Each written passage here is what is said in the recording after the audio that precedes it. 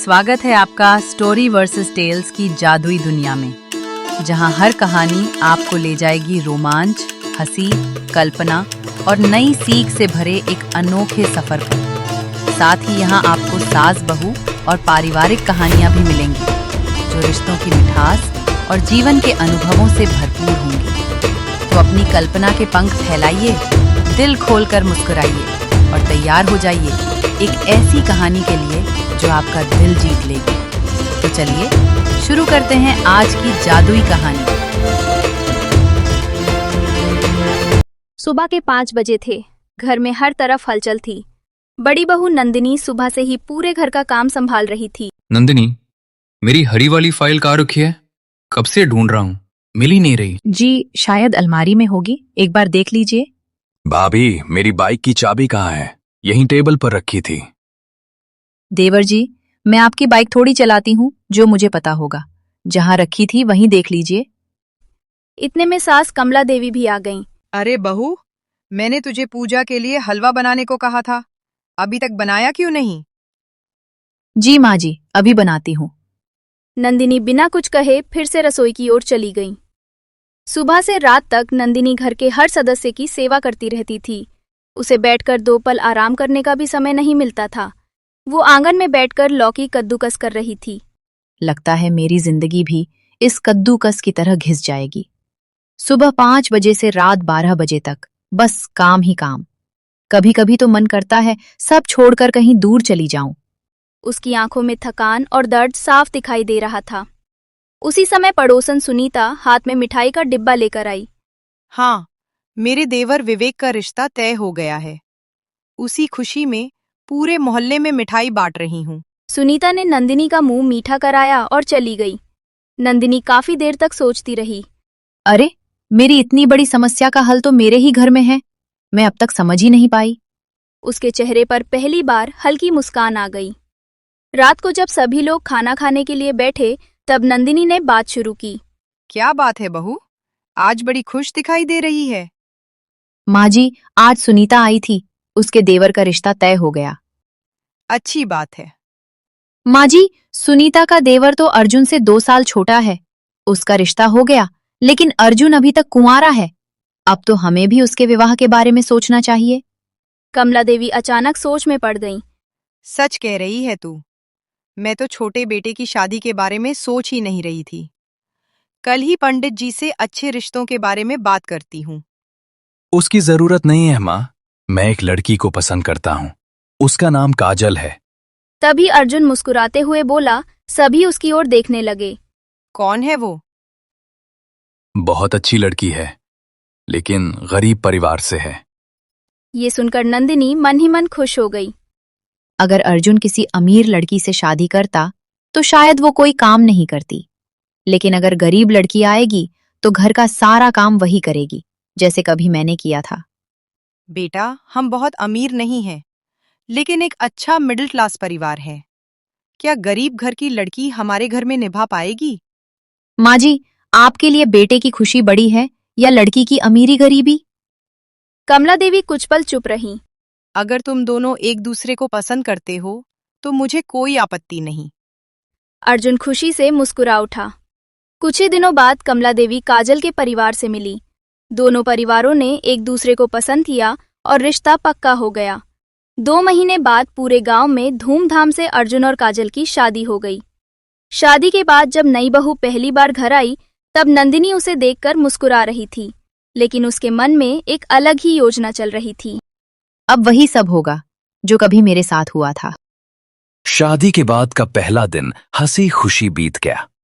अगले दिन घर में नई बहू काजल की पहली रसोई की रस्म रखी गई। सुबह सुबह घर में पूजा की तैयारियां चल रही थीं। रिश्तेदार भी आने वाले थे। काजल बहू, आज तुम्हारी पहली रसोई है। पूरा खाना तुम्हें अपने हाथों से बनाना है। जी माँ जी, मैं पूरी कोशिश करूंगी। काजल आत्मविश्वास के साथ रसोई में चली गई। सोई में पहुंचते ही काजल की नजर गैस चूल्हे पर पड़ी। वो कुछ पल उसे देखती रही। हे भगवान, ये तो गैस का चूल्हा है। उसके चेहरे की मुस्कान धीरे धीरे गायब हो गई। हमारे घर में तो हमेशा मिट्टी के चूल्हे पर खाना बनता था। मुझे तो गैस जलानी भी नहीं आती। अगर माँ जी को पता चला तो पता नहीं क्या सोचेंगी। वो असमंजस में खड़ी रह गई। तभी बड़ी बहू नंदिनी रसोई में आई। क्या हुआ काजल, इतनी परेशान क्यों हो? काजल ने झिझकते हुए सारी बात बता दी। भाभी, मुझे गैस पर खाना बनाना नहीं आता। बचपन से मैंने सिर्फ मिट्टी के चूल्हे पर ही खाना बनाया है। नंदिनी ने बाहर से सहानुभूति दिखाई, लेकिन उसके मन में कुछ और ही चल रहा था। वाह, इससे अच्छा मौका मुझे नहीं मिल सकता। फिर वो मुस्कुराते हुए बोली, अरे, इसमें परेशान होने की क्या बात है? अगर तुम्हें मिट्टी के चूल्हे पर खाना बनाना आता है तो वही बना लो। आंगन में जगह खाली है, वहां चूल्हा बना लो। सच भाभी, बहुत बहुत धन्यवाद। काजल खुशी खुशी बाहर चली गई। काजल ने आंगन में मिट्टी इकट्ठी की। अपने हाथों से उसने एक मजबूत चूल्हा बनाया। फिर सूखी लकड़ियां और उपले जमा किए। अब सब ठीक हो जाएगा। मैं अपनी पहली रसोई अच्छे से बना लूंगी। उसे जरा भी अंदाजा नहीं था कि उसकी असली परीक्षा अभी बाकी थी। जैसे ही काजल ने चूल्हा जलाया, अचानक आसमान में काले बादल छा गए। कुछ ही पलों में तेज हवा चलने लगी। फिर बूंदाबांदी शुरू हो गई। हे भगवान, आज ही बारिश होनी थी क्या? बारिश धीरे धीरे तेज होने लगी। मिट्टी का चूल्हा भीगने लगा। लकड़ियां गीली होने लगीं। काजल किसी तरह चूल्हे की आग बचाने की कोशिश करने लगी। तेज हवा बार बार आग बुझा देती। धुआं उसकी आंखों में भर जाता। बारिश की बूंदें सीधे बर्तनों में गिर रही थीं। एक तेज लपट उसके हाथ से टकराई। आह, उसका हाथ हल्का सा जल गया, लेकिन उसने हार नहीं मानी। दर्द तो हो रहा है, लेकिन पहली रसोई भी पूरी करनी है। वो फिर से चूल्हा जलाने लगी। दूसरी मंजिल की खिड़की से नंदिनी ये सब देख रही थी। उसके चेहरे पर संतोष था। जब मैं इस घर में आई थी, तब मुझे भी धूप में घंटों चूल्हे पर खाना बनाना पड़ा था। आज मेरी देवरानी भी वही सब झेल रही है। अब मुझे सुकून मिल रहा है। वो मुस्कुराते हुए अपने कमरे में चली गई। कुछ देर बाद नंदिनी फिर आंगन में आई। काजल बारिश में भीग चुकी थी। उसके हाथ राख और मिट्टी से भर गए थे। अरे काजल, अभी तक खाना नहीं बना? बारिश की वजह से बार बार आग बुझ जाती है भाभी। नंदिनी ने झूठी सहानुभूति दिखाई। काश मैं तुम्हारी मदद कर पाती, लेकिन अगर माँ जी ने देख लिया तो वे मुझ पर नाराज हो जाएंगी। कोई बात नहीं भाभी, आपने मेरा हौसला बढ़ाया, वही मेरे लिए बहुत है। मैं कर लूंगी। नंदिनी मन ही मन मुस्कुरा उठी। बारिश लगातार होती रही।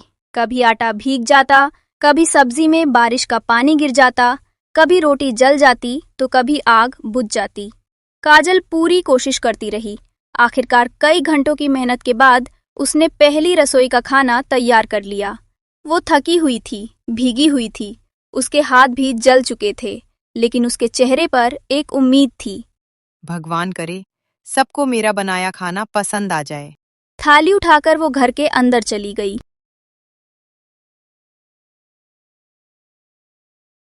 काजल कांपते हाथों से पहली रसोई का खाना सबके सामने परोसती है। उसके चेहरे पर घबराहट साफ दिखाई दे रही थी। सबसे पहले कमला देवी ने एक निवाला खाया। कुछ ही क्षणों में उनका चेहरा बदल गया। काजल बहू, ये कैसा खाना बनाया है तुमने? उन्होंने चावल की ओर इशारा किया। चावल तो अभी भी गीले हैं, सब्जी का स्वाद भी बिल्कुल खराब है, और ये रोटियां आधी जली हुई हैं। घर के बाकी सदस्य भी खाना चखते हैं। आज तो खाना बिल्कुल अच्छा नहीं बना। अर्जुन चुपचाप बैठा रहता है। वो जानता था कि काजल ने पूरी मेहनत की है, लेकिन वो कुछ बोल नहीं पाता। काजल की आंखों में आंसू आ जाते हैं। माँ जी, मैंने पूरी कोशिश की थी। कोशिश से घर नहीं चलता बहू, खाना अच्छा बनाना सीखो। नंदिनी ये सब देखकर मन ही मन मुस्कुरा रही थी। आज मुझे वही सुकून मिला है जिसकी मैं कब से इंतजार कर रही थी। दिन बीतने लगे। अब नंदिनी ने अपना असली रंग दिखाना शुरू कर दिया। वो घर का लगभग हर काम काजल से करवाने लगी। खुद आराम करती और छोटे छोटे बहाने बनाकर अपने हिस्से का काम भी काजल पर डाल देती। एक सुबह नंदिनी चारपाई पर लेटी हुई थी। काजल, मेरी कमर में बहुत दर्द हो रहा है, क्या तुम मेरे कपड़े भी धो दोगी? जी भाभी, आप आराम कीजिए, मैं अभी धो देती हूँ। काजल बिना किसी शिकायत के सारे कपड़े धोने चली जाती है। नंदिनी उसे जाते हुए देखकर मुस्कुरा देती है। ये तो बहुत सीधी है, इससे तो हर काम आसानी से करवाया जा सकता है। एक दिन आसमान में फिर बादल छा गए। कमला देवी ने नंदिनी से कहा, नंदिनी, छत पर गेहूं सूख रहे हैं, बारिश आने वाली है, जल्दी जाकर नीचे ले आओ और फिर चक्की में पिसवा देना। जी माँ जी। लेकिन जैसे ही कमला देवी वहां से गई, नंदिनी काजल के पास पहुंची। काजल, मुझे जरूरी काम से बाहर जाना है। आज तुम मेरी जगह गेहूं नीचे ले आओ और उन्हें पीस भी देना। काजल थोड़ी हैरान हुई। लेकिन भाभी, माँ जी ने तो ये काम आपको दिया था। हाँ, लेकिन आज मेरी मजबूरी है, तुम मेरी मदद कर दो। ठीक है भाभी। वो बिना कुछ कहे छत पर चली गई। बारिश शुरू होने से पहले उसने जल्दी जल्दी सारे गेहूं नीचे उतारे, फिर उन्हें चक्की में पीसने भी चली गई। शाम तक वो पूरी तरह थक चुकी थी। नंदिनी खिड़की से काजल को काम करते हुए देख रही थी। उसके चेहरे पर अजीब सी संतुष्टि थी। जब मैं इस घर में आई थी, तब किसी ने मेरी मदद नहीं की थी। आज मेरी देवरानी भी वही सब झेल रही है। अब मुझे बराबरी का एहसास हो रहा है। उसे ये बिल्कुल भी एहसास नहीं था कि बदले की आग धीरे धीरे पूरे परिवार की खुशियां छीन रही थी। धीरे धीरे कई महीने बीत गए। काजल सुबह सबसे पहले उठती, पूरे घर की सफाई करती, नाश्ता बनाती, कपड़े धोती, बर्तन साफ करती और फिर रात सबसे आखिर में सोती। इसके बावजूद उसने कभी किसी से शिकायत नहीं की। नंदिनी का हर काम वो मुस्कुराकर कर देती। अर्जुन कई बार उसकी मेहनत देखता, लेकिन उसे लगता कि शायद घर में ऐसा ही चलता है। एक दिन कमला देवी ने घर में सुख शांति के लिए बड़ी पूजा रखने का फैसला किया। उन्होंने गांव के प्रसिद्ध पंडित जी को बुलाया। पूरे घर में तैयारियां शुरू हो गईं। कमला देवी ने काजल को बुलाया। काजल बहू, आज पंडित जी के भोजन की पूरी जिम्मेदारी तुम्हारी है। ध्यान रखना, खाने में किसी तरह की कोई कमी नहीं होनी चाहिए। जी माँ जी, मैं पूरी मेहनत से खाना बनाऊंगी। काजल रसोई की ओर बढ़ जाती है। उसे अभी भी गैस चूल्हा चलाना नहीं आता था और यही बात एक बार फिर नई मुसीबत बनने वाली थी। सुबह से ही घर में पूजा की तैयारियां चल रही थीं। मेहमान आने लगे थे और पंडित जी भी पहुंच चुके थे। काजल रसोई में खड़ी थी, लेकिन उसके मन में घबराहट थी। मुझे अभी तक गैस पर खाना बनाना नहीं आता। अगर मैंने कोशिश की और कुछ गलत हो गया तो? तभी उसे नंदिनी की कही बात याद आई। अगर गैस नहीं आती तो आंगन में मिट्टी के चूल्हे पर खाना बना लेना। काजल ने वही करने का फैसला किया। काजल आंगन में बने मिट्टी के चूल्हे के पास पहुंची। उसने लकड़ियां रखी और आग जलाई। कुछ ही देर बाद आसमान में काले बादल छा गए। तेज हवा चलने लगी और देखते ही देखते बारिश शुरू हो गई। बारिश का पानी चूल्हे पर गिरने लगा। कभी आग बुझ जाती, कभी धुआं आंखों में भर जाता, कभी सब्जी जल जाती तो कभी रोटियां ठीक से नहीं सिकती। काजल पूरी कोशिश करती रही। हे भगवान, बस आज मेरी लाज रख लेना। कई घंटों की मेहनत के बाद उसने किसी तिस्पारेटी खाना तैयार किया। जब पंडित जी के सामने भोजन परोसा गया तो पहला निवाला खाते ही सभी चौंक गए। कुछ सब्जियां ज्यादा पक गई थीं और कुछ व्यंजन ठीक नहीं बने थे। कमला देवी ने तुरंत काजल को बुलाया। काजल, मैंने तुम्हें इतनी बड़ी जिम्मेदारी दी थी, फिर ऐसा खाना क्यों बनाया? काजल सिर झुकाकर खड़ी रही। और ये बताओ, गैस होते हुए भी तुमने चूल्हे पर खाना क्यों बनाया? काजल ने धीमी आवाज में कहा। माँ जी, मुझे गैस चलानी नहीं आती थी, इसलिए भाभी ने कहा था कि मैं चूल्हे पर खाना बना लूं। ये सुनते ही पूरे घर में सन्नाटा छा गया। कमला देवी ने हैरानी से नंदिनी की ओर देखा। नंदिनी, तुम्हें पता था कि इसे गैस चलानी नहीं आती? नंदिनी चुप रही। तुम घर की बड़ी बहू हो, तुम्हारा फर्ज था कि इसे सिखाती। तुमने ऐसा क्यों किया? अब तक नंदिनी अपने आंसू नहीं रोक पाई। वो सबके सामने रो पड़ी। हाँ माँ जी, गलती मेरी ही थी। जब मैं इस घर में नई नई आई थी, तब मुझे भी बहुत तकलीफें उठानी पड़ी थी। मैंने सोचा, जो दर्द मैंने सहा, वही काजल भी सहे। इसी बदले की भावना में मैंने इसे जानबूझकर गैस नहीं सिखाई और चूल्हे पर खाना बनाने के लिए कहा। पूरा घर शांत हो गया। कमला देवी की आंखें भी नम हो गईं। नंदिनी, एक गलती का बदला दूसरी गलती कभी नहीं हो सकता। अगर तुम्हारे साथ अन्याय हुआ था तो तुम्हें उसे रोकना चाहिए था, आगे बढ़ाना नहीं। परिवार प्यार और सहयोग से चलता है, बदले से नहीं। नंदिनी सिर झुकाकर खड़ी रही। नंदिनी काजल के सामने आई। उसकी आंखों से लगातार आंसू बह रहे थे। काजल, मैंने तुम्हारे साथ बहुत गलत किया। अगर हो सके तो मुझे माफ कर दो। काजल ने बिना एक पल गवाए नंदिनी का हाथ पकड़ लिया। भाभी, आप मेरी बड़ी बहन जैसी हैं।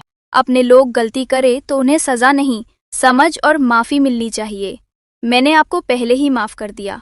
ये सुनकर नंदिनी भावुक होकर काजल को गले लगा लेती है। दोनों की आंखों में आंसू थे, लेकिन इस बार वे खुशी के आंसू थे। उस दिन के बाद घर का माहौल पूरी तरह बदल गया। नंदिनी ने सबसे पहले काजल को गैस पर खाना बनाना सिखाया। धीरे धीरे दोनों मिलकर घर के सारे काम करने लगी। अब नंदिनी कभी अपना काम काजल पर नहीं डालती थी। कमला देवी भी दोनों बहुओं के साथ पहले से ज्यादा प्यार से पेश आने लगी। कुछ ही समय में घर में फिर से हंसी और खुशियां लौट आईं। अंतिम सीख, दूसरों को वही दर्द देना जो कभी हमें मिला था, किसी समस्या का समाधान नहीं है। सच्चा इंसान वही है जो अपने साथ हुए अन्याय को आगे बढ़ाने के बजाय वही रोक दे। माफी, अपनापन और सहयोग ही किसी भी परिवार की सबसे बड़ी ताकत होते हैं।